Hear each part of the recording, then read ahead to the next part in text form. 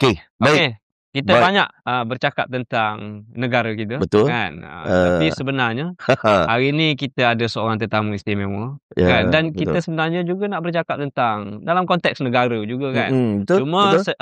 tetamu yang kita undang ini, kan, Mm-mm. dia mungkin konteks dia berbeza lah, kan? Pentas yang berbeza. Betul, Pentas yang berbeza. Mungkin kita akan melihat dinamika Betul. perbincangan Betul, ini, betul, kan? betul. Jadi saya nak serahkan kepada Dr. Bobby lah untuk Okey. memperkenalkan kita punya tetamu istimewa. Saya rasa Dr. Ayi sebenarnya nak perkenalkan beliau ni untuk makluman kepada semua yang di luar sana. Kita tahu kita punya zaman pembesaran kita, pembesaran samalah. Kita telah dihiasi dengan dihiburkan bermula dengan kalau seingat saya sinaran pasport kegemilangan. Betul. Itu adalah dulu saya ingatlah. Dr. Bobby ingat ingat, saya ingat pentas dia pun bulat lepas tu begitulah. Dan itu adalah antara entertainment yang tinggi lah pada masa dan ketika itu. That is the highest entertainment platform, yang mana kalau siapa masuk di dalam program itu berjaya, maka kita tahulah dia punya recognition, dia punya penghormatan itu adalah sesuatu yang luar biasa.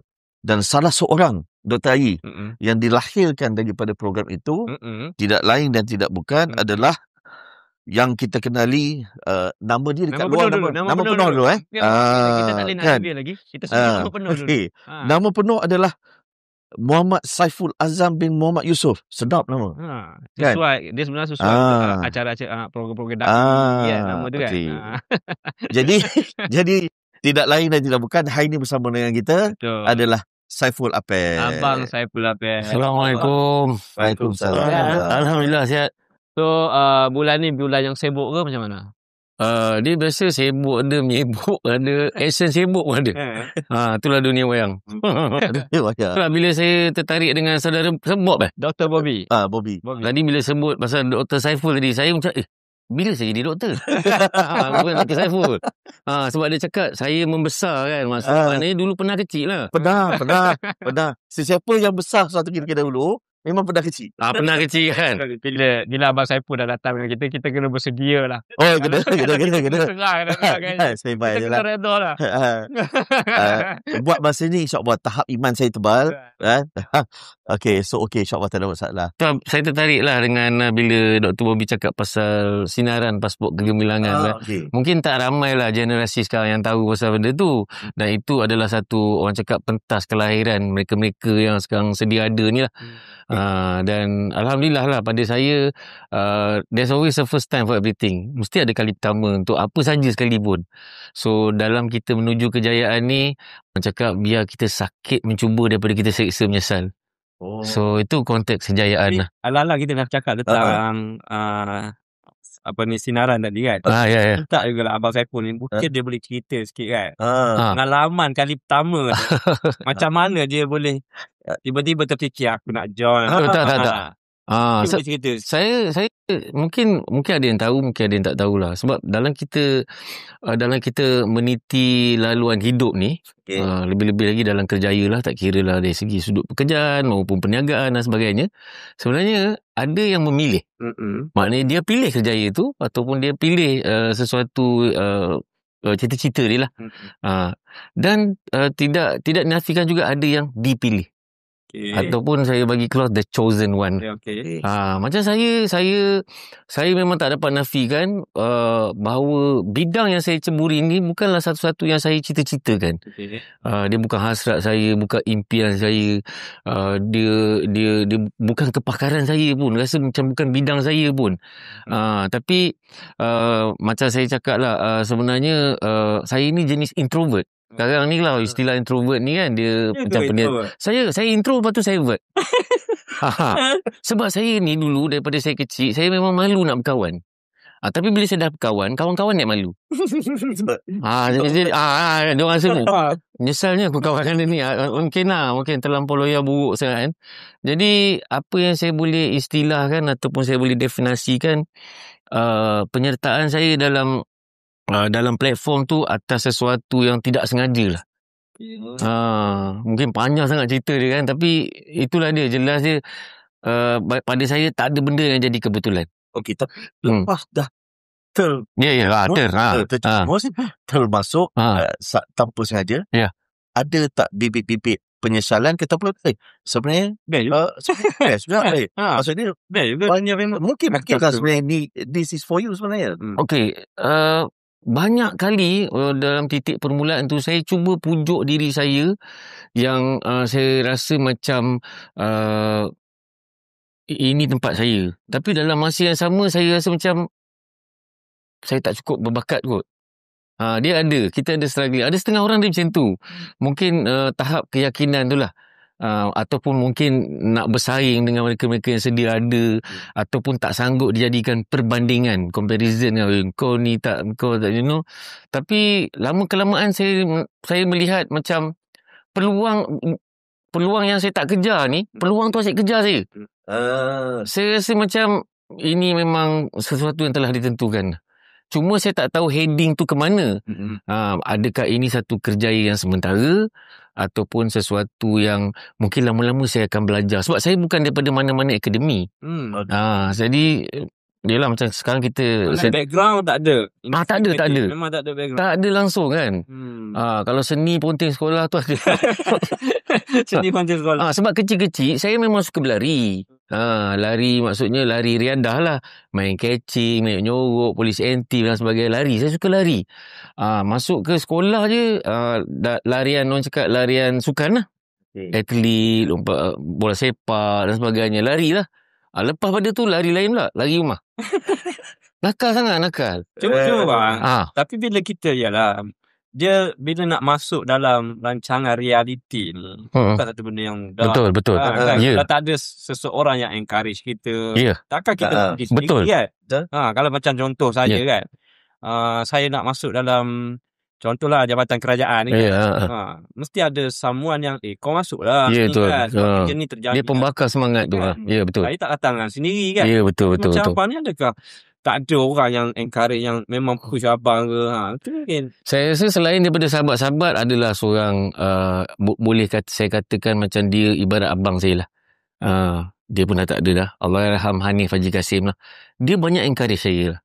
Dia cakap aku nampak sesuatu yang kau takkan nampak diri kau. Sebab dia terlalu kenal diri saya yang sangat low profile ni. Yang dikatakan introvert tadi kan. Kau ada sesuatu. Tapi bila dah kau tanya, kau tak tanya. Kau pergi je kan. Pergi je. So pada saya memanglah hidup ni satu perjalanan kan. Tapi kadang-kadang macam saya cakap, kadang-kadang bila kita tak ada keyakinan, dia rasa macam kita cuba menipu diri. Macam gamble. Dia macam cuba je lah kan, di dalam terjun dah. Tapi macam saya ni betul lah kata tadi doktor tadi, saya memang ada seseorang yang betul-betul beradah bagi gerakan nak saya, bagi keyakinan dia saya. Dia ibarat cermin saya lah, senang cakap. So itu apa saya boleh perkatakan. Kalau kerana dia menjadi asbab, saya rasa mungkin dia tidak lah. Saya pun pun tak tahu lah. Dia sebut nama Apek ni. Macam mana boleh memilih karakter Apek tu yang sehingga ke hari ni orang kenal. Macam cakap tadi, ada benda yang kita pilih, ada yang kita dipilih oleh kerana percubaan. Saya ibaratkan dulu saya dalam industri ni, saya ni macam timal. Ini mungkin dalam DPP belum ada lagi istilah ni. Timal tahu? Pernah tak? Tikus Makman. Jadi saya anggap kan saya sebagai eksperimen. Saya hantar tengkuk je. Dadah je tengkuk kan. So oleh kerana eksperimen tu yang memberi watak saya, yang mengenakan pakaian Cheongsam lelaki dan bercakap dalam logat Cina. Saya masih ingat. Dan di situlah sendiri nama tu pada saya, nama yang membawa tuah pada saya lah. Saiful tu dikenali sebagai Saiful Apek. Sehinggalah hari ni. Berapa puluh tahun abang? 30 tahun lah. 30 tahun. Alhamdulillah. 30 tahun yang lepas. Kadang-kadang kita tak tahu apa yang akan berlaku. Dan sebenarnya nama ini dia akan mencatat sebagai satu legasi dalam industri kita yang tidak akan terpadam. Tak ada Saiful Apek kedua. Walaupun ada yang mencuba kan, tapi Apek tu Tak ada. Inilah orangnya. Inilah orang je. Ada seorang lagi, ada penjaga gol Kelantan. Oh, Kelantan. Kan? Tapi kalau dalam dia Apex, APEX. Dia PEK kan. Dan bila cakap macam tu kan, dia macam saya masih teringat ada satu nada dering telefon yang kalau tapi sekejap lagi saya nak suruh buat ni. Di ujung ni kita minta tolong buat. Boleh? Kalau saya ingat. Saya ingat. Okay. Tapi saya tak boleh buat. Kalau saya buat, saya pun tak tahu bunyi macam mana. Okey, cuma nak tanyalah dengan Abang Saiful Apek bila kita tengok, kita kaji sikit kan, ada satu benda yang sedikit unik. Orang lain ada satu tarikh lahir. Tapi saya dipahamkan Abang Saiful Apek ni ada 2 tarikh lahir. Adakah dia dilahirkan 2 kali? Adakah dilahirkan 2 kali? Adakah 2 kali sambutan birthday? Adakah 2 kali hadiah? So mungkin Abang Saiful Apek boleh bercerita sikit. Okey. Saya rasa ramai yang dah sedia maklum. Yang mana mungkin satu ketika dulu saya tak tahu pun yang saya ada 2 tarikh lahir. Jadi bila diceritakan balik ni, kita kongsikan pada mereka lah. Jadi kisah yang sebenar-benarnya, saya dilahirkan sehari sebelum tarikh darurat rusuhan perkauman ketika 13 Mei tahun 69. Dan itu adalah darurat yang paling besar dan terakhir lah. Kita pun mengharapkan itulah yang terakhir. Sampai sekarang kita berjaya hidup harmoni kan. Jadi oleh kerana itu saya terpisah dengan ibu bapa saya kerana dalam keadaan asbab untuk menyelamatkan anak masing-masing. Di mana bang? Di KL? Saya di Petaling Jaya. Di Petaling Jaya. Kawasan Petaling Jaya lah. Maknanya dia tak lari daripada tempias tu lah. Yes, betul. Dipisahkan, adakah masa tu di hospital ke, di rumah ke? Versi tu saya tak berapa jelas sangat. Sebab saya pun tak nak korek sangat banyak-banyak sangat daripada mak saya. Sebab saya dah, sebelum saya jumpa mak kandung saya yang sebenar ni, sebelum saya ialah diberikan pada keluarga angkat, lepas tu saya keluarga angkat saya dah tak ada, saya mencari keluarga kandung saya kan. Jadi pada saya, ketika saya mencari mereka pun, saya tak nak persoalkan, saya tak nak throwback langsung kenapa. Yang paling penting saya dah jumpa. Sebab saya tak nak, Yalah, dia HQ ni, kalau kita cerita saya HQ ni, tak ada orang cakap bapak pejabat pun. Sama juga ni, bapak jari pun. Betapa besar ni, darjat seorang yang mengandung dan melahirkan kita. Jadi ketika itu memang saya terpisah kerana untuk menyelamatkan saya, dan sehingga saya sampai ke keluarga angkat saya lah. Dan zaman dulu pula, bila sijil kelahiran yang bagi surat beranda, dia boleh lapor kat balai polis dia dulu. Jadi mungkin laporan tu lambat dibuat. So officially dalam dokumen ialah 15 hari bulan Ogos. Jadi saya tak pernah tahu pun masa 2 bulan lebih. Baru didaftarkan secara rasmi kan. Jadi bila saya dah jumpa dengan mak saya tengok IC. Tak ni. Tadi lahir kau ni. Kau lahir sekian. Jadi untunglah saya dapat celebrate beberapa kali. Bila baru dapat tahu tentang tarikh lahir sebenar? Umur saya 21 tahun. Saya baru silangan, saya dibuang saat saya. Dan di situ saya mencari. Saya mencari lah.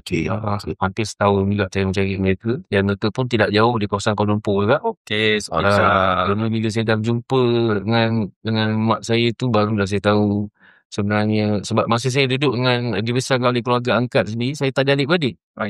Saya lah anak terus. Kenal cakap lah. Jadi bayanglah bila kita hidup survival sorang-sorang, tiba-tiba kematian ibu, betul. Tiba-tiba dapat bonus. Gandung, adik-beradik gandung, bapak gandung. Satu rahmat Allah semua adil. Macam tu. Tapi di sebalik itulah Abang Saiful Apek, sebenarnya inilah yang kita tak nak berlaku. Sebab akhirnya disebabkan rusuhan kaum dan sebagainya. Orang kata kehilangan ibu bapa, kehilangan adik-beradik. Sebab dia punya buku ceritanya mungkin akan berbeza. Kan? Buku ceritanya mungkin akan berbeza. Tetapi hari ni sebenarnya bagus lah. Maksudnya bagus. Ada hikmah dia supaya boleh tunjuk kepada orang ramai. Kan? Mungkin dianya adalah satu orang kata sedikit ujian buat Abang Saiful Apek. Malah bukan untuk Abang Saiful je. Kan? Untuk ahli keluarga, untuk kan Tapi kesan dia, dia memberi mesej yang luas kepada orang ramai kat luar sana. Kan? Orang hanya baca. Mungkin selama ni macam kita, generasi yang kita hanya baca. Dan kita tahu 13 Mei ni apa. Kan? Tetapi abang saya pun ni, dia orang yang memang terkesan secara langsung. Betul. Kan? Betul. Kehilangan seorang ibu kandung, terpaksa terpisah dan sebagainya. Jadi, perkara ni yang kita sebenarnya nak lihat bahawa kalaulah berlaku sekali lagi, memang kita tak nak. Ya, betul. Dan pada saya, kalau macam kita cakap pasal hukum alam, contohnya kita ambil satu analogi lah, gunung berapi. Dia satu musibah. Tapi selepas habis je letupan tu, tanah di sekeliling semua jadi subur. Tapi itu hukum alam. Tapi macam kita ni hidup bermasyarakat, kita kena hindari benda tu. Dan of course, we cannot fix the past, but we can build the future. Itu yang kita cuba kita nak kongsi kat diorang untuk memberi inspirasi pada diorang supaya mencegah itu lebih baik daripada merawat. So dari segi ialah malapetaka yang kita sepatutnya boleh hindari. Itu yang kita tengok sekarang betapa harmoninya dengan pucuk pimpinan yang kita sedia ada. Alhamdulillah kita semua dalam keadaan yang stabil, walaupun progres kita ada ups and down. Tapi macam saya sendiri itu kalau kita cerita dari segi pucuk pimpinan tu sendiri. Tapi kalau kita nak panjatkan ke tinggi-tinggi kesyukuran, cuba kita fikir dari sudut geografi pula. Contohnya dari segi musibah lah atau malapetaka. Kita tak ada gempa bumi yang melampau, kita tak ada banjir yang melampau, tsunami, kita tak ada puting beliung yang melampau, gunung berapi, dan kita tak ada darurat peperangan. Ini sebenarnya pada kita ni sendiri, kita kena bersyukur. Bukan saja dari segi pucuk pimpinan kerajaan, tapi kita sendiri ni yang sedang mengharungi dalam geografi ni negara yang semua orang cemburu. Ramai orang seluruh pelosok dunia nak datang Malaysia ni. Kerana bukan saja dari segi kita punya stability dari segi ekonomi, tapi dari segi masyarakat kita sendiri pun. Ramai yang cakap masyarakat Malaysia sangat peramah, friendly. So, saya rasa ini satu progres yang baik sebenarnya.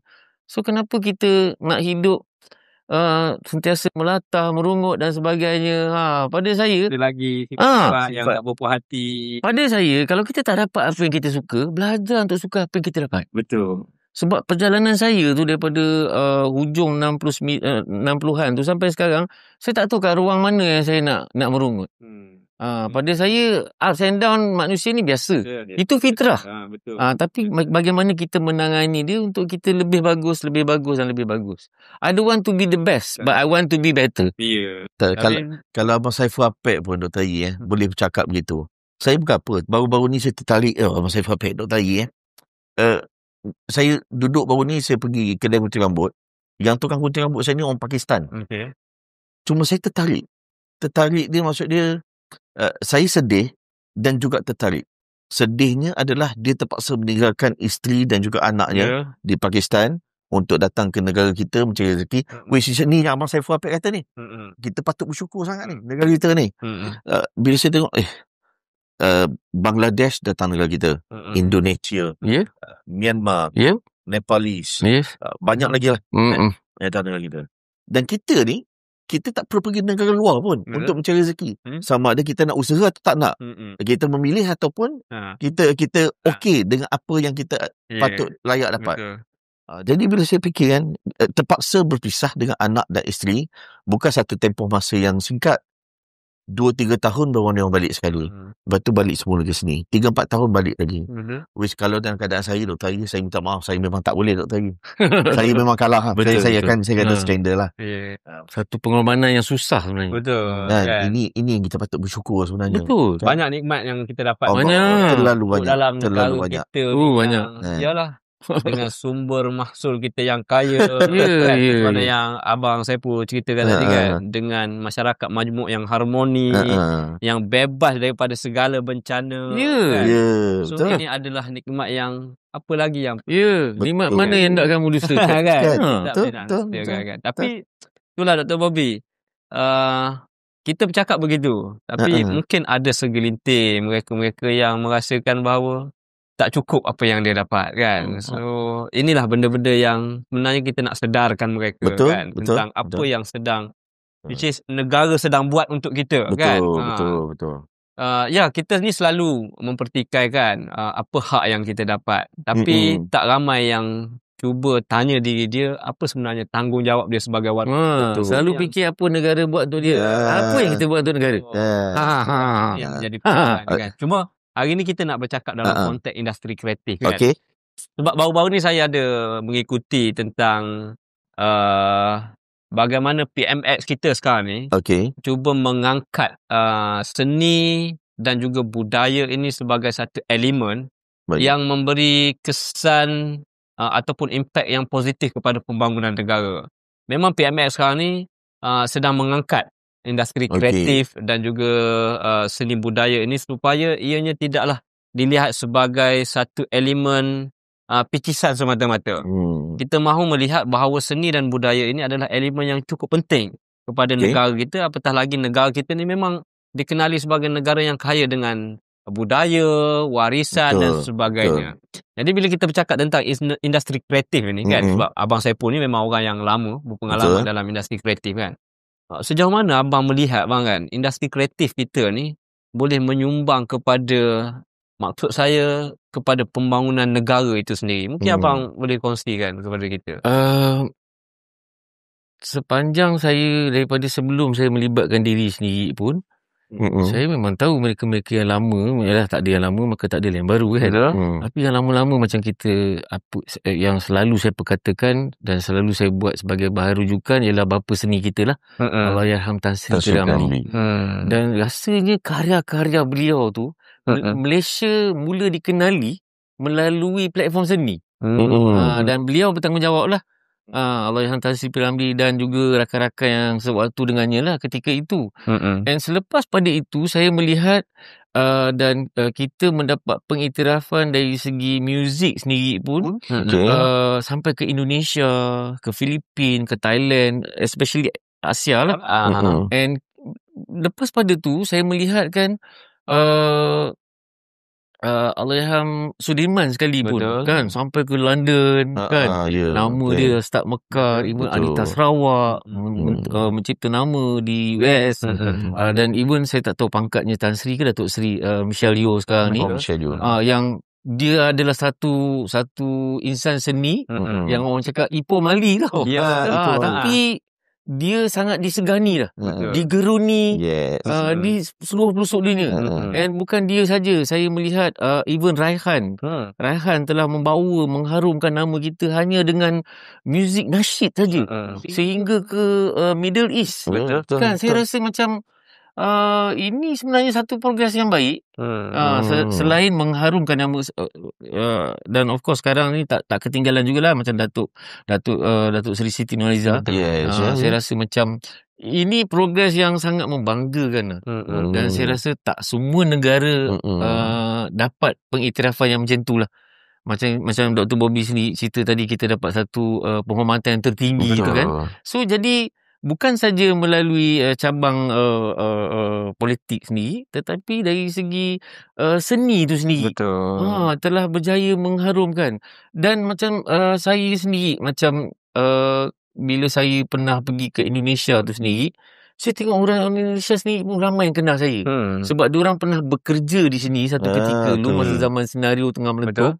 Jadi itu saya rasa dia macam bukan satu tugas yang mudah sebenarnya, untuk kita sampai ke tahap tu. Sebab kita tengok macam Hong Kong sendiri, Bollywood, especially Asia ni lah yang nama tu menyerlah sekarang ni, Korea coming up. So sebenarnya sedikit sebanyak saya rasa sumbangan pada ekonomi tu sendiri sebenarnya. Macam kita tengok cerita Mat Kilau dapat collect sampai 100 juta.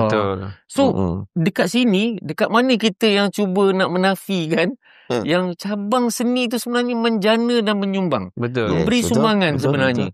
So saya rasa memang tidak silap lah kalau untuk mengiktirafkan atau mengangkat martabat seni ni sebagai salah satu yang juga menyumbang kepada ekonomi negara lah. Ini yang kita maksudkan, Dr. Bobby. Sebenarnya kalau kita bercakap soal anak seni ni, saya boleh sebutkan begini, mereka merupakan duta kepada negara kita. Betul, kan? Betul. Sebab mereka lah yang akan membawa nama negara kita, kan? Sama ada di luar ataupun di dalam negara kita itu sendiri. Dan akhirnya bila orang kenal negara kita kan, dia automatically satu memang orang akan datang kan, orang nak melancong dan secara tidak langsung dia akan menyumbang lah kepada GDP kita dan sebagainya kan. Cuma bang kan, mungkin pengalaman abang sendiri lah kan, dalam kita nak menjadi anak seni ni sudah pasti cabaran tu banyak bang. Kan, cabaran sangat banyak. Setiap benda ada harga dia. Dia sama je bila kita jadi duta lah kan. Dalam konteks kerajaan kita pun ada duta kan. Betul. Dia tugas itu dia tidak datang dengan reward. Tugas itu dia datang dengan beban. Jadi kalau kita nak cakap soal beban ni bang kan, dalam 30 tahun abang menggalas watak sebagai anak orang seni ni kan, mungkin beban yang sedikit mencabar diri abang lah, yang abang terpaksa lalui sepanjang menceburi bidang ni bang. Saya rasa sebenarnya mungkin kalau untuk saya tak definisikan dia sebagai beban lah. Pada saya dia ujian. Itu harga ujian dia lah. Even daripada kita kecil sendiri pun, umur kita 1 sampai 2 tahun tu, kita diajar untuk tatih-tatih. Tapi lama-lama ibu bapa kita akan lepaskan kita, walaupun jatuh bangun. So kalau katalah ibu bapa kita pegang je kita, sampai bila kita nak pandai belajar sampai boleh berjalan tu. Jadi itu sebenarnya mode survival dengan independent, maksudnya kita kena berdikari. So pada saya sebenarnya kita kena melihat sebenarnya ada perbezaan antara harga dan nilai. Harga come in dollars. Nilai ni dia tak ada. Dan pada saya itulah nilai dia sebenarnya. Pada saya selalu iktirafkan satu benda lah. Bila kita buat sesuatu, kalau kita nak ikhlaskan, kerja seni ni kerja ikhlas, kerja jujur, bukan kerja menipu. So dia memang rapat sangat konteks dia dengan keikhlasan dan kejujuran. So untuk mendapat keikhlasan dan kejujuran tu, pada saya kita kena macam saya ni, saya menghargai kebebasan, freedom, dan happiness, kegembiraan lah. So doing what you like is freedom, liking what you do is happiness. So you do what you like, and when you like what you do, tak ada beban. It's gonna be effortless. Then baru kita tahu ini memang tempat aku. Bila kita rasa ada beban, kita rasa ada sesuatu yang sangat menghimpit kita, dia akan jadi stress out lah. So macam saya ni penghibur, macam mana saya nak hilangkan stres orang kalau saya sendiri pun stres? You see? So pada saya dia bukan beban, sebenarnya itu harga dia. Itu harga dia. So macam saya sendiri, of course akan ada kadang-kadang minority, kita cerita pasal minority ni kan. Pada saya ignore the loud minority. Sebab kadang-kadang minority ni dia loud je. Anggap dia macam langau je lah. So jadi macam saya ni, ibaratkan saya antara yang dipilih untuk duduk dalam bidang ni. So pada saya tahu contribution saya adalah untuk memanfaatkan. Macam mana kita nak memanfaatkan, sebab kita memang dituntut untuk membuat sesuatu yang bermanfaat. So saya anggap kerjaya saya, sebab kadang-kadang ramai orang yang cuba bezakan ibadah dengan kerja adalah dua benda yang berbeza. Pada saya, ibadah adalah kerja adalah ibadah. Kalau tanya saya definisi ibadah tu apa? Ibadah itu adalah melakukan perbuatan atau mengerjakan sesuatu yang Allah senangi. Itulah ibadah. So, saya menganggap kerjaya saya sebagai satu ibadah. Kalau ibadah ada istilah beban dalam kepala otak, sejauh mana kita ikhlas dan sejauh mana kita jujur. So, pada saya kita kena kenal pasti. Kita punya heading, direction kita ni tak ada istilah beban. So, kadang-kadang saya cuba bagi tahu dia orang, kalau kau tak boleh jadi garam yang masinkan ikan, jangan jadi langau yang busukkan ikan. Simple as that. Melihat daripada mata lebah. Kalau melihat pada mata lalat, bunga pun nampak macam najis. So pada saya sebenarnya dia berbalik pada diri kita sendiri. Bagaimana kita nak melihat cabaran cabaran tu yang positif kan? Sebab dunia ni sendiri pun ibarat sekolah, ibarat akademi. Tempat kita belajar, tempat kita diuji. Dalam hidup saya pula, saya tak ada istilah kalah. Kadang-kadang kalau orang tak habis sembang dengan saya, orang cakap, arrogantnya, sombongnya, tak pernah kalah. Tunggu, saya tak habis lagi ayat saya. Dalam istilah saya, hidup saya, sama ada saya menang atau saya belajar. Kat mana kalahnya? Tak ada. So sebab tu kita tolak tepi beban tadi. So maknanya kita akan menang atau kita belajar. Itu je. Bila tadi Abang Saiful ada kata that ialah benda industri seni ni adalah satu industri yang luas, industri seni. Dan saya nak ambil apa yang Dr. Ayi kata. Artis adalah kita boleh katakan duta. Bila kita kata duta kan, maka dia datang dengan tanggungjawab. Saya cuma nak minta Abang Saiful kupaskan satu benda. Ada kalanya dan juga bila kita kata duta ni, kebanyakan artis khususnya komedian akan menjadi ikutan anak-anak remaja semua ni. Ramai follower, ramai orang suka sebab yalah, berpengaruh lah. Kita tak nak tengok cerita yang sedih. Kita nak tengok cerita yang menghibur kan. Okey. Tapi saya kadang-kadang agak tersentuh. Tersentuh ni maksud dia macam ada kata-kata bahasa-bahasa yang agak kurang enak dia dengari. So macam manalah kalau Abang Saiful dalam konteks anak seni, kebertanggungjawaban sebagai seorang anak seni dalam menggunakan perkataan-perkataan yang sesuai. Kita nak melawak, kita silakan melawak. Nak berseni, silakan berseni. Tetapi dan inilah yang akan menjadi ikutan sebenarnya. So di manakah, bagaimana tanggungjawab itu boleh diterjemahkan, Abang Saiful? Okey, pada saya ingin petik satu kata-kata daripada Allahyarham Tan Sri P. Ramlee lah. Sehari tak ketawa, jiwa tersiksa.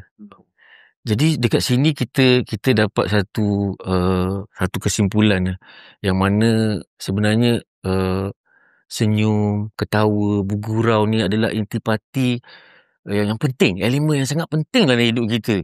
Dan kita tahu penyakit nombor 1 dalam dunia ni adalah stres. Betul. Itu sebenarnya penyakit nombor 1. So pada saya pula macam dari sudut konteks lawak, kalau kita renungkan mungkin ramai, ini formula saya. L-A-W-A-K. Kita terbalikkan ejaan dia. K-A-W-A-L. Kawal. Kenapa pentingnya kawal? Okey. Mungkin secara rambangnya orang akan cakap pelawak ni sebagai seorang yang penghibur. Tapi sebenarnya di sebalik itu, di belakang kami ni sebenarnya, tanggungjawab dia sebenarnya ada 2 lagi tanggungjawab. Seorang pelawak yang menghibur dan juga sebagai seorang doktor yang merawat, juga sebagai seorang cikgu yang mendidik.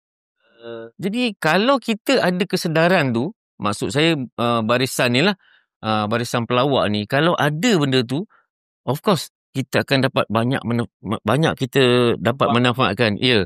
Sebab tu saya selalu cakap dengan diorang, cantik pasu pada bunganya, cantik bangsa pada bahasanya, indah Islam pada akidahnya. Sebab kita tahu Nabi junjungan kita Nabi Muhammad SAW sendiri pun diangkat menjadi kekasih kerana akidahnya.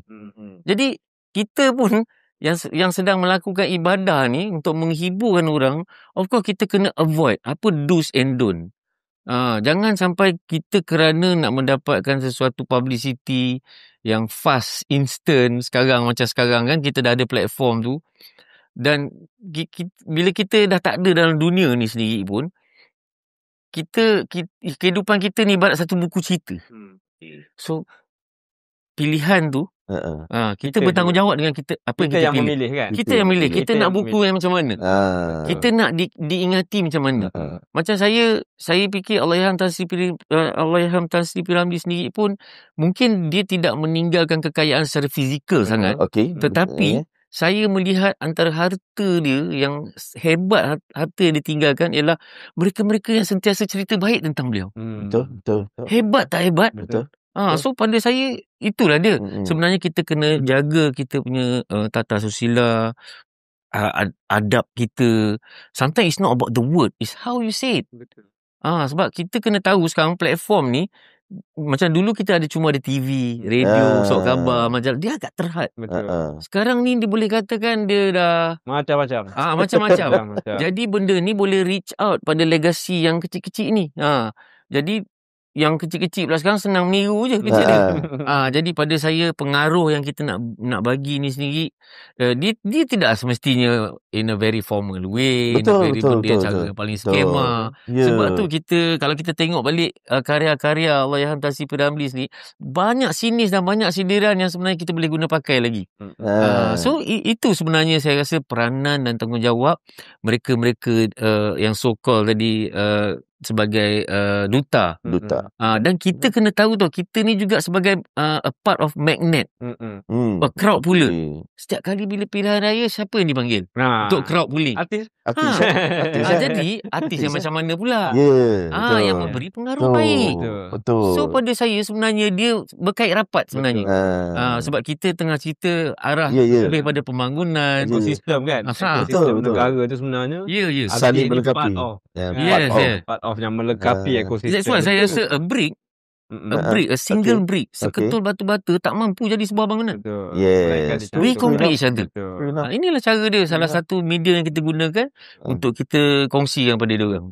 Okey bang, sebelum kita banyak lagi benda kita nak so kita juga pada Abang Saiful ni, sebenarnya Akademi Kenegaraan ini adalah sebuah agensi yang mana tugas dan peranan kita ni memang sebagai pendidik kepada masyarakat kita, khususnya dalam konteks kenegaraan, untuk memastikan masyarakat kita ni masyarakat yang lebih cinta kepada tanah air, sayangkan pada negara, mempunyai nilai-nilai yang baik, menjadi seorang warga negara yang positif dan sebagainya. Jadi berdasarkan kepada pengalaman abang dalam dunia seni ni kan, saya melihat ini adalah salah satu cabaran.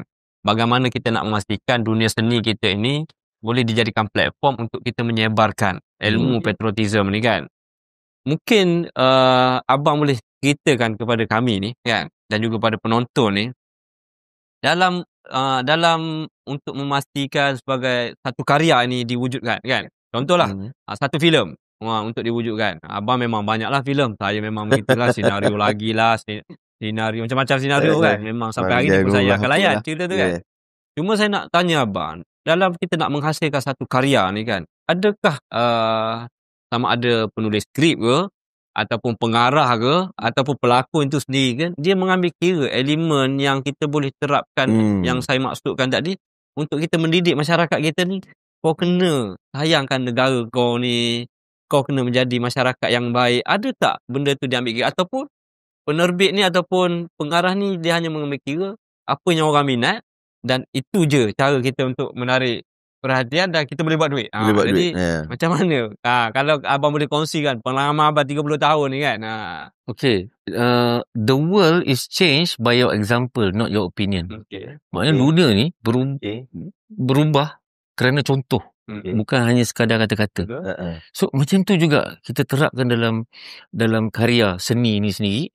Memang kita berganding rapat dengan penulis skrip, dengan penerbit, dengan pengarah, dengan pelakon sendiri, dengan tenaga kerja sekali semua, untuk mendapatkan satu karya yang orang cakap berjadah lah, senang cakap lah. Bukan sahaja menghibur kan, cuma mungkin dia indirectly melalui hiburan, tapi melalui karya kita terapkan juga benda tu. Jadi memang perlu ada. Tapi dia kadang-kadang dia indirectly lah. Dia tak obvious lah. Dia tidak terlalu ketara sangat lah. Tapi kita tahu sebenarnya. Mungkin katalah masa Dr. Bobby, Cik Bobby dulu masa kecil-kecil dulu kan. Pernah kecil kan? Pernah. So masa tu mesti melihat, okey, ketika kecil masa tengok filem tu, okey, tafsiran dia macam ni. Tapi bila masa kita dah dewasa, tafsiran kita jadi lain. Berbeza, betul? Dulu aku ketawa. Sekarang mungkin aku ketawa, tapi di sebalik tu ada satu benda yang, ini sebenarnya maksud dia. So sebenarnya sama juga macam kita belajar daripada sekolah tadika, sekolah rendah, sekolah menengah, dan masuk ke institusi atau universiti sebagainya. Dia ada progres dia. Dan pada saya memang penting sangat untuk apa saja karya. Kena ada sesuatu yang kadang-kadang mungkin terlalu tajam. Betul. Kan? Jadi pada saya kita kena ada batas jugalah. Apa ni? Saya masih ingat lah kalau cerita tentang karya yang ada message kenegaraan ni, saya masih ingat lagi. Ini memang lakonan dia. Waktu tu berlakon di Perak. Di Sungai Perak. Lang Buana.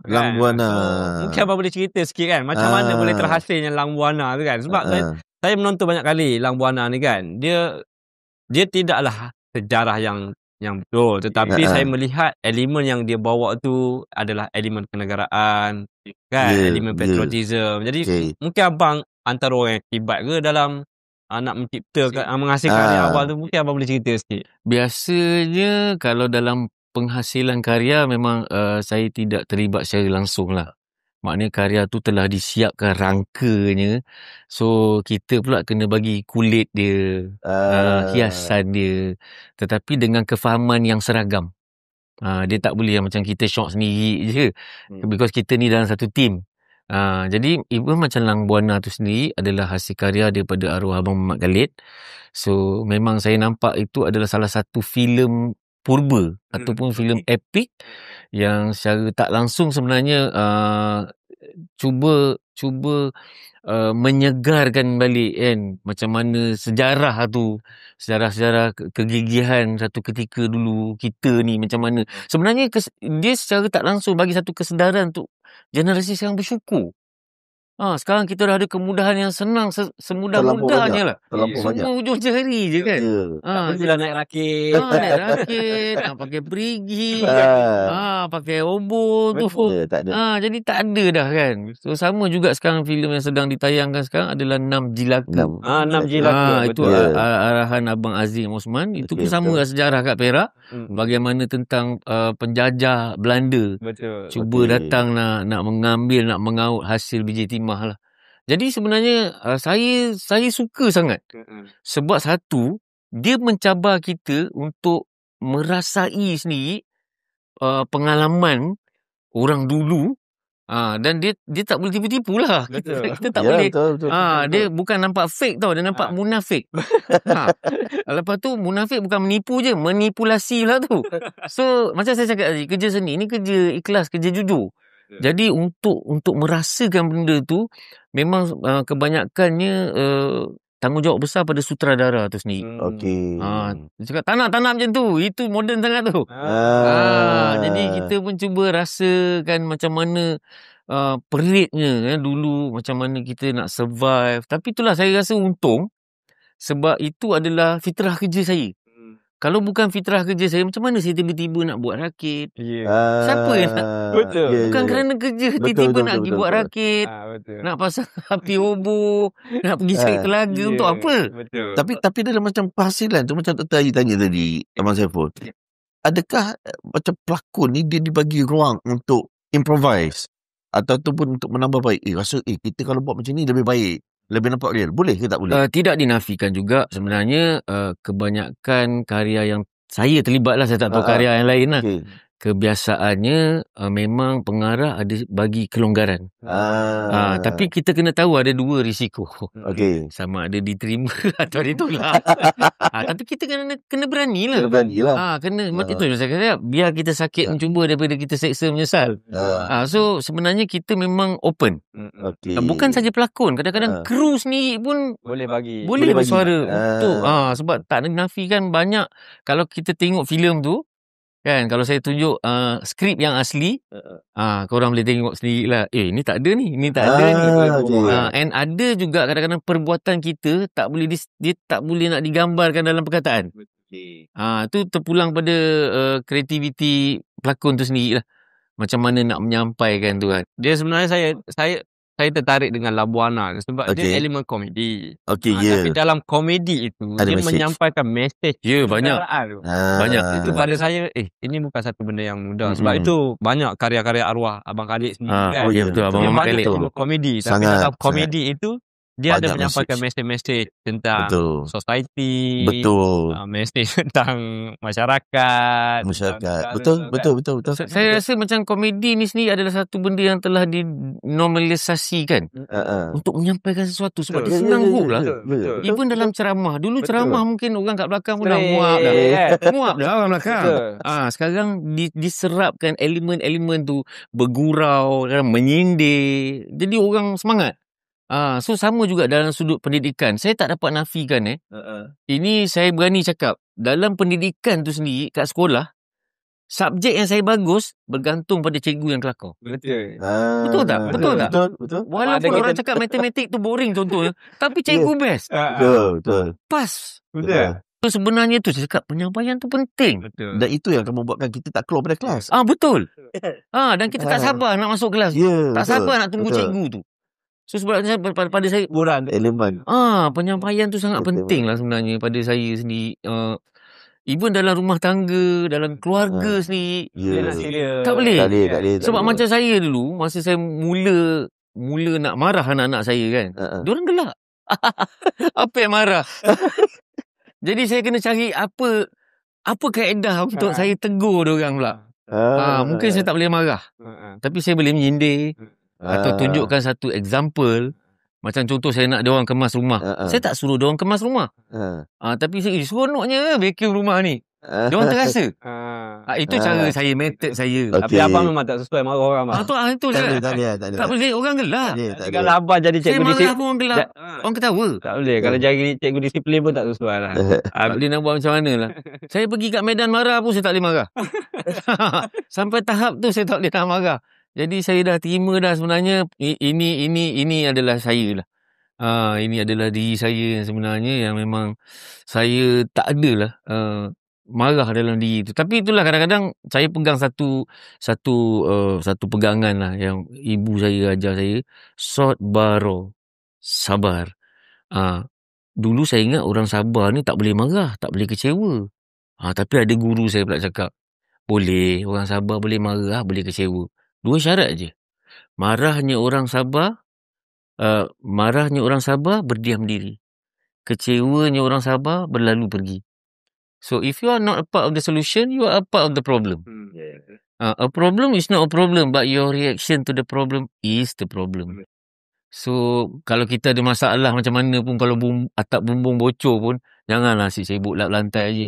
Sampai bila pun tak selesai. Solution. Betul kan lah perempuan tu. Sebab betul Abang Saiful, saya baru ni saya ada satu baca buku dan buku tu kata, a wise man bukanlah orang yang boleh mendiamkan orang yang marah, tetapi a wise man boleh mendiamkan diri ketika marah.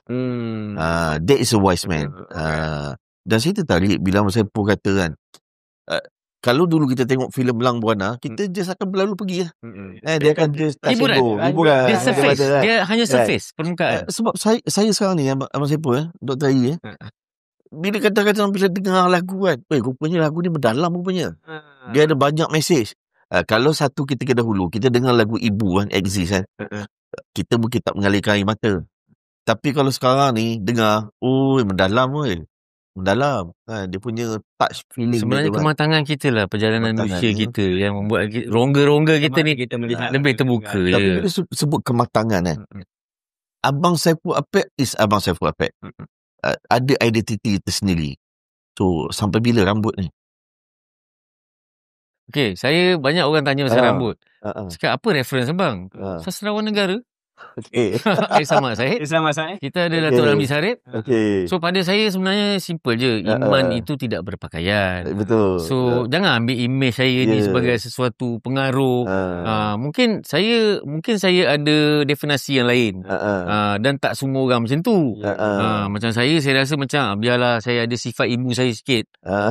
Mungkin simbolik dia pada saya lah. Tapi tak bolehlah kita nak encourage orang untuk imej macam tu kan. So pada saya nak bagi satu benda yang jelas ialah iman itu tidak berpakaian. Tapi jangan salah faham lah.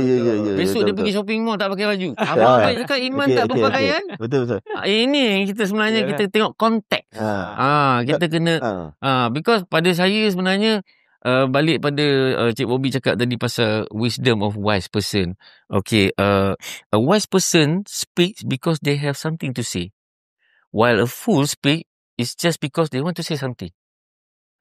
Dan saya pula melihat pada diri saya, as one person, I cannot change the world, but I can change the world of one person. So, kebanyakan feedback ataupun respon yang saya dapat sekarang banyak lebih pada positif.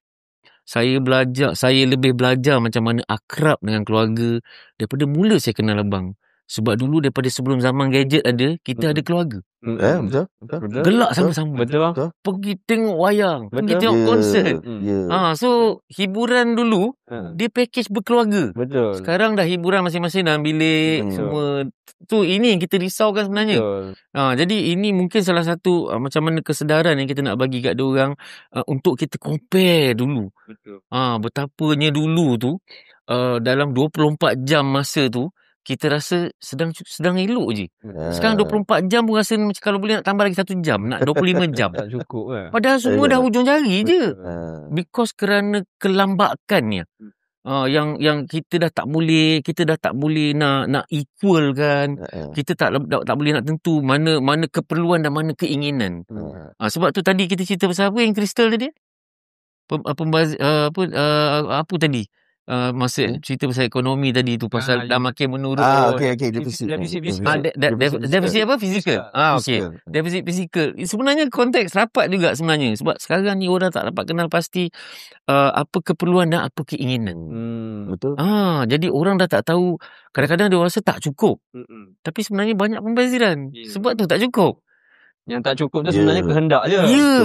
Sebab tu saya petik daripada sebuah hadis yang sahih, saya tak pasti yang mana, nanti penonton boleh buat rujukan. Harta yang hakiki adalah hati yang sentiasa merasa cukup. Itu sebenarnya konteks kesederhanaan.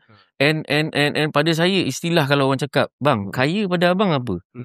Pada saya mungkin ada beberapa lah yang saya boleh sifatkan tentang kaya ni sendiri kan. Tak salah, siapa nak kaya, siapa nak jaya, tak ada masalah. Kalau kita dengar dalam laungan azan pun hayal al-falah. Betul. Dia tak cakap marilah menuju kekayaan, marilah menuju kejayaan. Tapi kejayaan macam mana? Kalau kita tengok surat khabar ini, 3/4 berjaya melarikan 3 juta. Berjaya lah. Kejayaan mana yang macam mana yang korang nak ni? So pada saya, orang yang kaya adalah orang yang memiliki segala-galanya yang duit tak boleh beli. Apa dia? Kesihatan, keluarga, kasih sayang, iman. Ni tak boleh beli.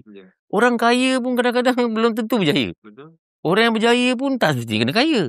Sama juga macam ikhlas. Orang yang ikhlas belum tentu nak beli ikhlas. Orang yang ikhlas belum tentu ikhlas. Saya tak cakap semua orang. Ini hanya analogi. Betul. Takut nanti ada yang tak nak lah besok pergi beli BM. Okey bang, 30 tahun dunia seni. Lama bang. 30 tahun ni lama. Kan? Tak semua orang boleh bertahan hingga 30 tahun dalam apa-apa bidang pun sebenarnya, bukan seni saja. Dalam sukan, dalam sektor kerajaan, sektor 30 perniagaan. 30 tahun ni pada saya satu tempoh yang sangat panjang. Tapi abang berjaya kan, sehingga hari ni orang masih kenal saya Apek dan masih ada lagi dalam kaca TV dan sebagainya. Soalnya hari ni macam mana abang boleh mengatasi kan tempoh 30 tahun. Saya yakin ada je cabaran dan sebagainya kan. Tapi apa tip yang abang boleh kongsikan kepada mungkin ada pendengar kita ni yang juga akan ceburi dunia seni kan? Ataupun apa juga bidang lah. 30 tahun ni bang, macam mana abang lalui tu? Kekal. Kan berdaya tahan lah kan. Berdaya tahan. Bukan mudah. Betul, bukan mudah. Pada saya di sebalik satu kejayaan tersembunyi 99 kegagalan. So jangan pernah takut untuk gagal. Macam saya cakap tadi, saya menang atau saya belajar. Dan paling penting sekali ialah kita kena baik sangka lah dengan Allah. Itu core. Pada saya itu memang akar yang paling penting. Sebab bila kita berdoa sekalipun, doa kita kadang-kadang kita minta sesuatu tapi Allah tak bagi apa yang kita minta atau apa yang kita nak. Tapi dia bagi sesuatu yang dia tahu kita perlu dan bila kita perlu. Sebab tu dia maha adil. Dan saya melihat dari sudut doa ni sendiri, bila kita berdoa sendiri, ada 3 bentuk doa yang Allah akan reply pada kita. Yang pertama, dia izinkan terus, dia kabulkan terus. Kun fayakun. Maksudnya dia cakap ya. Aku perkenankan. Kun fayakun. Bohong kalau kita cakap kita tak pernah mengalami benda ni. Kadang-kadang tak sempat minta pun tiba-tiba dapat. Kita tinggal bersyukur je. Yang kedua, dia cakap ya juga. Tapi bukan sekarang. So, sabar tu perlu. Masa belum time. Saya belum time. Bila masa dah time, masalah takkan jadi problem. Yang ketiga, dia cakap ya juga. Tapi bukan kat sini. So, apa yang saya boleh rumuskan kat sini, kalau kita baik sangka dengan dia, dia akan jawab semua ya.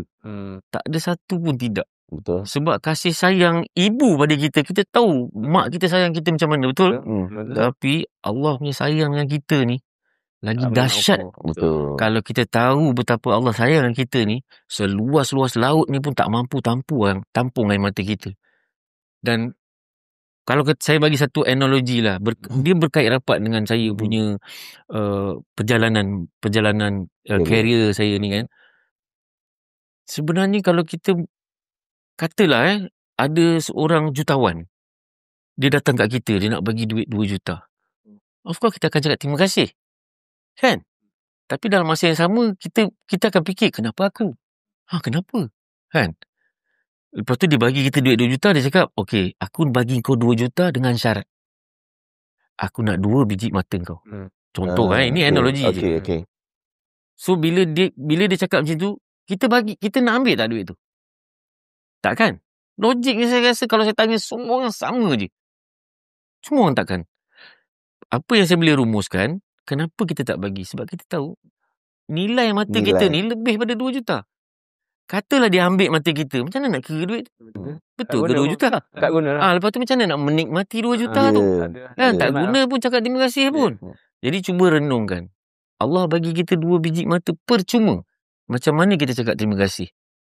So pada saya, perjalanan saya tu adalah perjalanan kesyukuran. Sebab saya rasa ramai orang berebut nak duduk kat mana saya ada sekarang. Kadang-kadang saya fikir, kenapa Allah pilih saya? Dia sedang menguji kita. Betul. Ujian ni bukan time kita susah aja, time kita senang kita diuji pun ujian. So pada saya itulah tempoh yang bukannya sekejap. 30 tahun tu sebenarnya Saya daripada kecil alah, mana pernah kecil juga. Saya pernah kecil.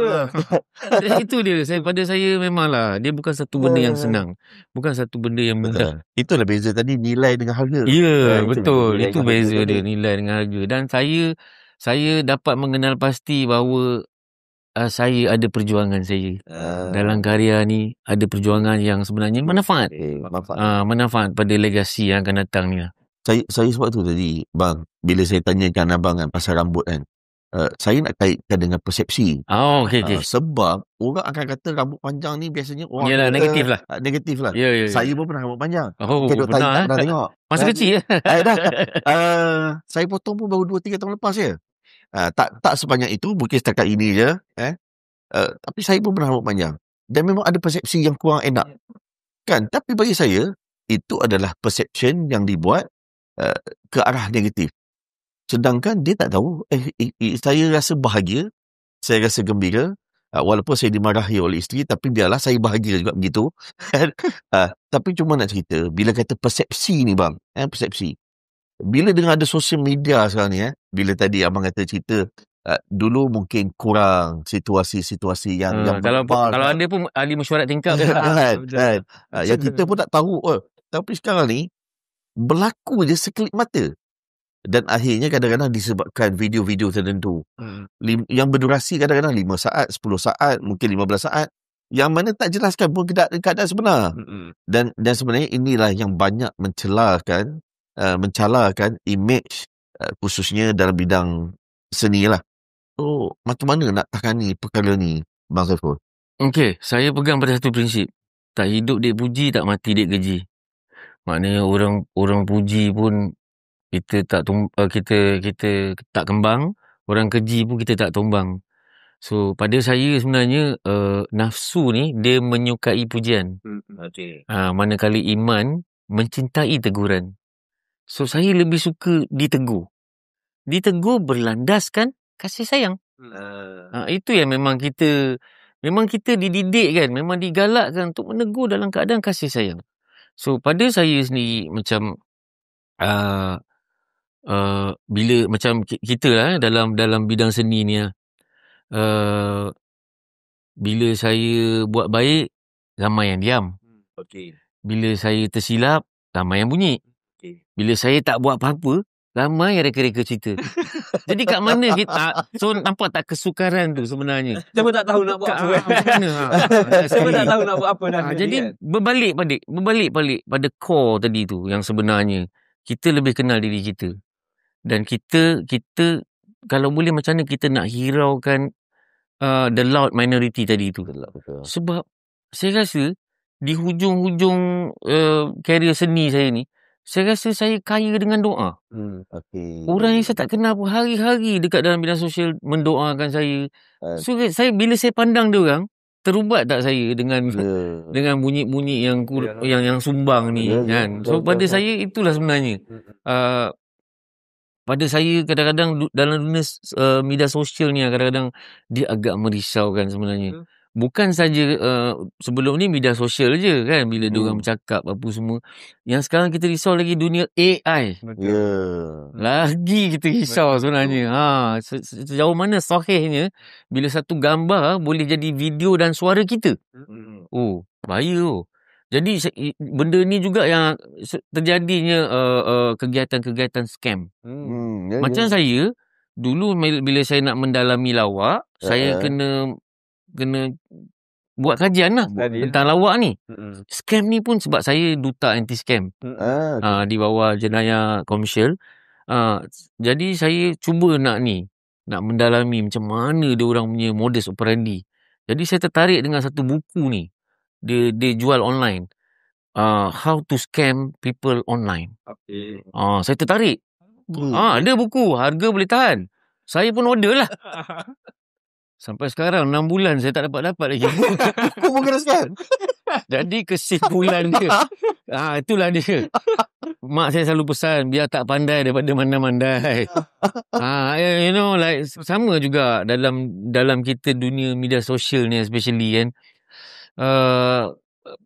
Kita tak tahu sebenarnya bila kita cerita pasal authentic ataupun genuine ataupun valid, legit sesuatu benda ni kan, sebenarnya semua sektor pun, apa masyarakat sekalipun, apa lapisan sekalipun tak boleh lari daripada keburukan ataupun impact negatif media sosial ni sendiri.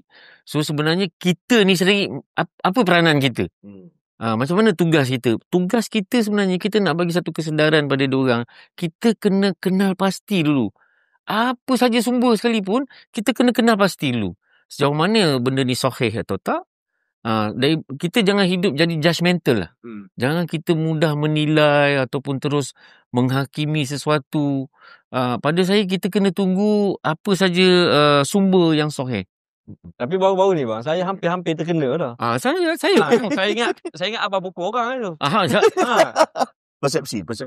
Saya pukul orang dalam filem. Dalam filem. Besok tu baru bukan pukul orang. Tak. Tapi abang lambat sangat bagi pencerahan. Tak apalah. Tapi boleh cerita sikit bang. Sebenarnya ramai lagi orang tak tahu sebenarnya apa kesnya.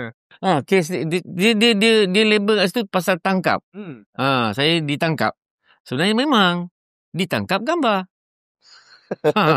Tapi itulah, kadang-kadang orang suka benda-benda sensasi lah, benda-benda macam ni yang tapi laju betul lah. Laju.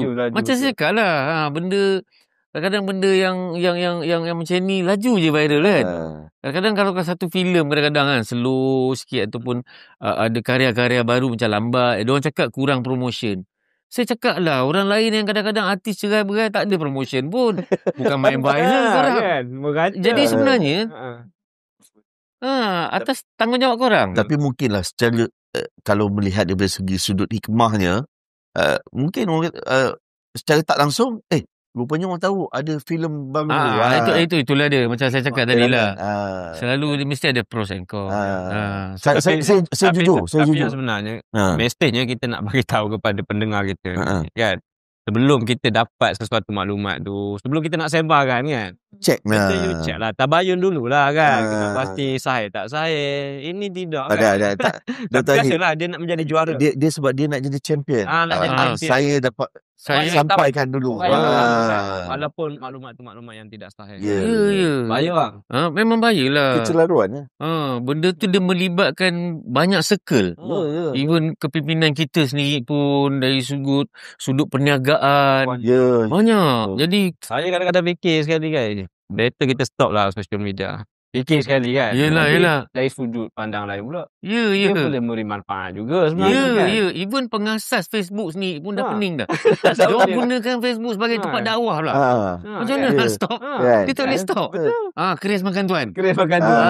Sebab tu kita, pada saya sebenarnya, kemodenan kita ni sebenarnya, saya ibaratkan apa saja utilities ataupun facilities yang kita ada ni, saya ibaratkan dia sebilah pisau. Pisau ni dah beribu tahun dah. Betul. Dipraktikkan kegunaannya sebagai sesuatu yang boleh memanfaatkan. Betul. Tak kira lah apa sudut sekalipun. Tapi bila kita salah gunakan, dia membawa bahaya lah. Mudarat lah. Dia jadi mengancam. Dapat padah dia. Sama lah sebab tu kita tahu benda tu memang tajam, bahaya. Betul. Tapi kalau kita lepas guna, kita simpan, kita manfaat, kita jaga baik-baik, insya-Allah. So sama juga dengan media sosial lah. Baik, Dr. Haji, di hujung-hujung ni. Dah hujung lah? Di hujung lah. Dah dapat. Dah dapat signal lah. Kalau boleh ni kita nak tunggulah sampai Isyak pun tak apa. Bukan senang. Bukan senang kan. Betul lah. Dia tak rasa. Dia tak rasa. Ni saya ni nonton cerita Abang Zaiful ni kecil tau. Ini kali pertama tau saya boleh jumpa. Kurang-kurang Dr. Haji masih kecil. Saya daripada kecil. Daripada kecil. Daripada kecil. Cuba bang. Yelah, dekat sana, dekat luar sana, ramai yang menonton. Saya macam ni lah. Macam mana nama Allahyarham Tan Sri P. telah orang kata apa, tak boleh dipadam lah. Meninggalkan nama Abang Arwah Muhammad Khalid tak boleh dipadam. Dan nama Abang Saiful Apek pun memang kekal. Dia tidak ada Saiful Apek 2.0. Tak ada. Takat ni belum lah. Dan takkan sama lah. Kalau ada pun tak ada. Dan saya yakin lah insyaAllah tak ada. Mana kalau China nak kopi pun tak ada. Tak boleh. Susah nak dapat lah. So menjadi seorang Saiful Apek pasti ada tanggungjawab. Mesti ada mesej yang nak disampaikan. Jauh dalam sanubari deep in your heart tu ada benda yang pasti abang nak sampaikan kepada penonton dan juga kepada rakyat Malaysia khususnya. Kalaulah ini peluangnya bang, apa yang abang nak sampaikan? Sebenarnya dalam sedar tak sedar saya melihat daripada perpisahan saya dengan keluarga saya. Okey. Kerana atas rusuhan kaum ataupun bangsa-bangsa yang tidak sependapat. Begitu ekstrimnya ketika itu. Tapi saya melihatkan sesuatu yang saya tidak rancang. Saya antara insan yang terpilih untuk menyatukan semua kaum. Melalui bidang seni ni. Sebab saya pergi mana-mana semua bangsa kenal saya. Jadi saya cakap tu macam indirectly sebenarnya Allah dah tentukan perjalanan saya ni sebenarnya kerana asbab ini. Dan kau kena perjuangkan ini, tak payah merancang pun, tak payah berusaha. It's effortless. Bila saya pergi mana-mana, orang Cina kenal saya. Macam zaman Allah yang Tan Sri P. Ramlee, masa beliau sendiri meninggal dunia sendiri, semua bangsa menangis. So, pada saya, itu antara sumbangan saya yang saya sedar tak sedar, menyatukan. Bukan saja semua lapisan umur, semua lapisan bangsa, semua lapisan latar belakang, dan semua lapisan lokasi. Maksudnya urban, even perkampungan. Dia package yang sangat lengkap. Dan saya pernah sampai di satu tempat. Masa tu saya tengah buat satu program untuk mereka-mereka yang kurang bernasib baik asnaf lah. Di Sabah ketika tu. Masa tu saya dikerumuni ramai budak-budak masa tu. Kan? Saya cakap, wah, korang ni happy-happy sangat. Korang kenal ke abang? Ya, kenal lah Abang Apek. Jangan jadi orang Malaysia lah kalau tak kenal Abang Apek. Saya cakap dengan dia, jadi korang ni memang selalu tengok TV kan dengan family? Tak ada bang, kita orang tak tengok family dengan TV. Kenapa pula? Kau tak macam mana korang boleh kenal? Kita tak ada TV bang, kita orang miskin bang. Habis tu macam mana korang kenal? Kita orang curi-curi tengok rumah penghulu. So, saya masa tu saya sangat tersentuh sangat tau. Ya, saya betul-betul tersentuh. Saya rasa macam the moral yang saya dapat kat sini, apa jua bentuk kebaikan yang kita nak sampaikan, dia tetap akan sampai. Maknanya kalau Allah nak memberi, tak ada tangan yang boleh menghalang. Kalau Allah nak menghalang, tak ada tangan yang boleh memberi. So pada saya itu yang saya selalu baik sangka. Yang saya punya perjalanan hidup macam ni. Dan inilah hasil dia. Tanpa saya sedari betapa sebenarnya besar tanggungjawab tu lah macam cakap tadi. Bila saya rasa dia bukan beban, saya rasa di hujung-hujung ni saya rasa kemanisan dia, keberkatan dia. Kadang-kadang saya buat forum Islamik pun ada juga orang bukan agama Islam duduk kat situ. Dengar. Tapi dia cakap saya punya anak mau ambil gambar. Tapi kerana sebab tu. Itu yang saya kadang-kadang saya rasa macam Ya Allah, ya Tuanku. Sebab ada seorang Islam juga, seorang yang bukan berbangsa Islam. Dia non-Malay, dia cakap dengan saya, abang, saya tahu abang ni low profile. Kalau saya puji abang pun, abang will be in denial lah. Tapi abang kena ingat, you can never delete the history. Yang lagi satu, I nak bagi tahu lah, walaupun saya bukan Islam, saya nak bagi tahu abang setuju ke tak lah kan. One thing for sure, God created you is because He wants to show off His power. Jadi saya berbalik lah, maknanya betul lah, kita ni tidak memiliki, kita dimiliki. Jadi apa yang saya dapat dan apa yang saya berikan, asbab. Kita asbab. Tapi Allah nak tengoklah perjalanan kita bawa tak? Sejauh mana kita fully utilize apa yang dia bagi kat kita. Kan? Yes. Betul. So saya rasa I got nothing to lose. Itulah. Wow. Orang yang paling pernah kecil pun sekarang depan mata saya, even doktor sendiri pun, dulu kita tengok daripada kaca TV, tapi hari ni ketentuan dia, kita jumpa bersama. Kita tak rancang pun bang. Tak ada. Semua tentuan Allah Subhanahu Wa Taala kan. Macam abang kata lah, berjaya belajar. So yang kecil tu ni berjaya lah ni. Dan pada saya, kalau kita oleh kerana ni dari sudut akademiknya, memang daripada bidang seni ni salah satu bidang yang sebahagian yang menyumbang pada pembangunan dan juga pada ekonomi. Dan apa yang saya boleh rumuskan untuk sebuah negara yang maju ni sebenarnya, ataupun sebuah negara yang jaya ni sebenarnya, ada 2 kriteria. Yang pertama, basmi kemiskinan. Yang kedua, hapus kezaliman. Itu yang kita nampak banyak usaha ke arah itu. Dan pada saya juga sendiri, sebenarnya sebuah negara yang paling kaya ialah bukan kerana golongan-golongan yang tidak mampu boleh memiliki kereta yang mampu milik. Macam contoh pakai Pro 2 ke kan. Sebab mampu milik dulu zaman kan susah. Nak beli motor pun payah kan. So sekarang orang yang tidak mampu pun boleh memiliki kereta. Belum cukup kaya lagi negara. Tapi kalau negara tu, bila mana orang kaya boleh naik public transport, negara tu cukup kaya. Wow. Satu perkongsian yang sangat. Dan 2 kriteria untuk kita mengenali peribadi kita, untuk mereka khususnya dalam pembentukan kita, meraih kejayaan, menjadi seorang rakyat yang dapat bermanfaat, memberi faedah pada orang lain. 2 kriteria. Yang pertama ialah kesabaran. Sabar dia bila dia tak ada apa-apa. Yang kedua, sikap dia bila dia ada segala-galanya. So, di manakah diri anda? Betul. Lebih kurang 1 jam 30 minit. Betul. There are too many words of wisdom hari ni yang saya belajar. Dan saya rasa duduk di kursi ini adalah satu penghormatan hari ni. Dr. I. Kita bukan saja berhadapan dengan seorang komedian. Yes. Tapi seorang yang tak tahulah, kalau tanya saja secara peribadi kan, yang banyak berkongsi tentang, hari ni kita banyak bercakap tentang nilai sebenarnya. Oh, sangat. Kan? Ya. Abang saya pun cakap tentang sabar, tentang usaha, tentang syukur kan. Tentang bagaimana kita melihat cabaran itu sebagai satu benda yang positif. Jadi hari ni kita bercakap tentang nilai. Dan kalau kita tengok dia wrap up tadi, dia rumuskan tadi pun sangat cantik kan. Mana negara yang kita idamkan ini kan, bukan saja maju dalam konteks fizikal sebenarnya. Tapi bagaimana kita nak membangun negara ini berteraskan sistem nilai tu kan. Masyarakat tu yang perlu kita lahirkan. Dan kita ni sebagai support system. Kita kan? Jadi inilah sebenarnya agenda negara kita sekarang ni kan. Dan yang penting Dr. Saiful, saya nampak dia punya genuine keaslian itu, dia bercakap ni, Abang Saiful bercakap daripada hati. Ya. Daripada hati. Yalah, keluarnya mulut lah kan, tapi bercakapnya daripada hati. Sebelum kena ni kan? Sebelum kena baik aku cakap selesai.